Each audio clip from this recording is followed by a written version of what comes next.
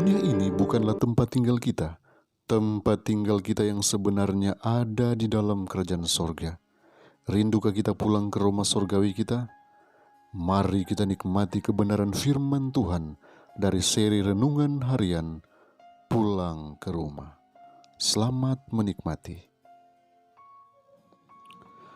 Judul renungan kita hari ini ialah Ingatlah fakir miskin. Mari berdoa. Bapa di sorga, kiranya Engkau mau anugerahkan kami hikmat dari sorga lewat kehadiran kuasa Roh Kudus-Mu, agar kami boleh mengerti akan kebenaran firman yang akan dipaparkan di tengah-tengah kami. Dalam nama Yesus. Amin. Ayat inti kita hari ini diambil dari Matius pasal 19 ayat yang ke-21. Firman Tuhan berkata, "Jikalau engkau hendak sempurna, pergilah, jualah segala milikmu dan berikanlah itu kepada orang-orang miskin, maka engkau akan beroleh harta di sorga. Kemudian datanglah kemari dan ikutlah aku."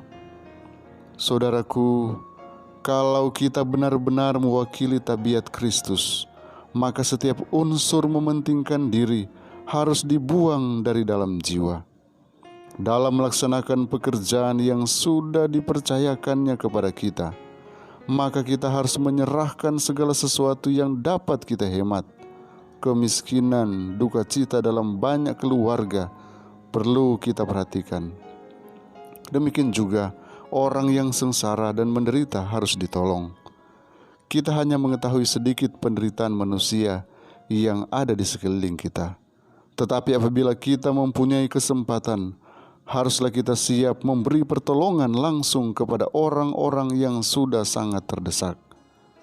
Memboroskan uang dalam kemewahan seperti merampas dari fakir miskin yang seharusnya digunakan untuk membekali mereka dengan makanan dan pakaian. Itu berarti bahwa uang yang dibelanjakan untuk memuaskan selera, kesombongan dalam berpakaian, dan perabot serta perhiasan dapat digunakan untuk meringankan duka cita banyak keluarga yang melarat dan yang menderita sengsara. Para penata layanan Allah haruslah membantu orang-orang yang tidak mampu. Perbuatan memberi yang merupakan buah penyangkalan diri adalah suatu keuntungan bagi pihak pemberi.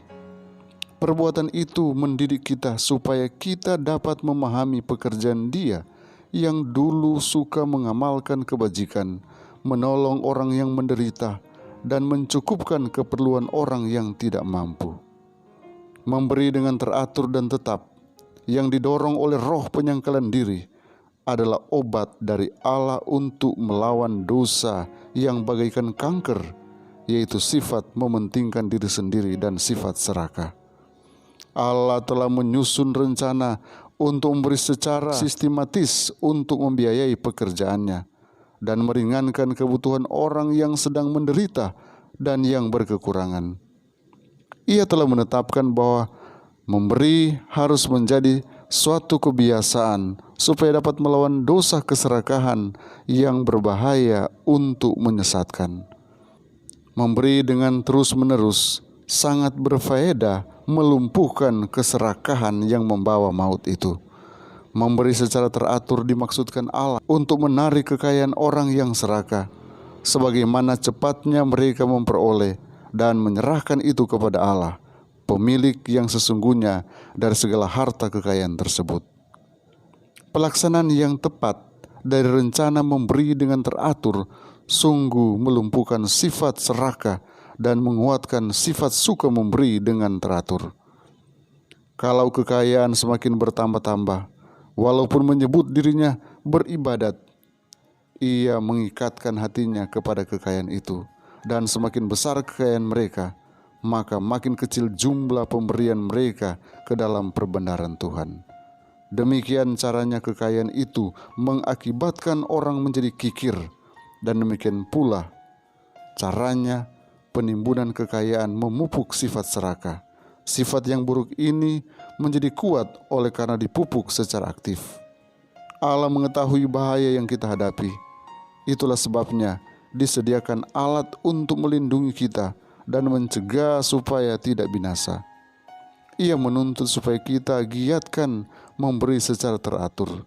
Dengan demikian, kebiasaan melakukan kebajikan dapat melawan daya pendorong kebiasaan untuk melakukan hal yang sebaliknya. Tuhan kiranya memberkati kita hari ini. Mari kita berdoa. Bapa di sorga, terima kasih karena ada pelajaran yang indah di pagi ini yang mengajarkan kami satu prinsip memberi yang terbaik sesuai dengan apa yang Engkau inginkan.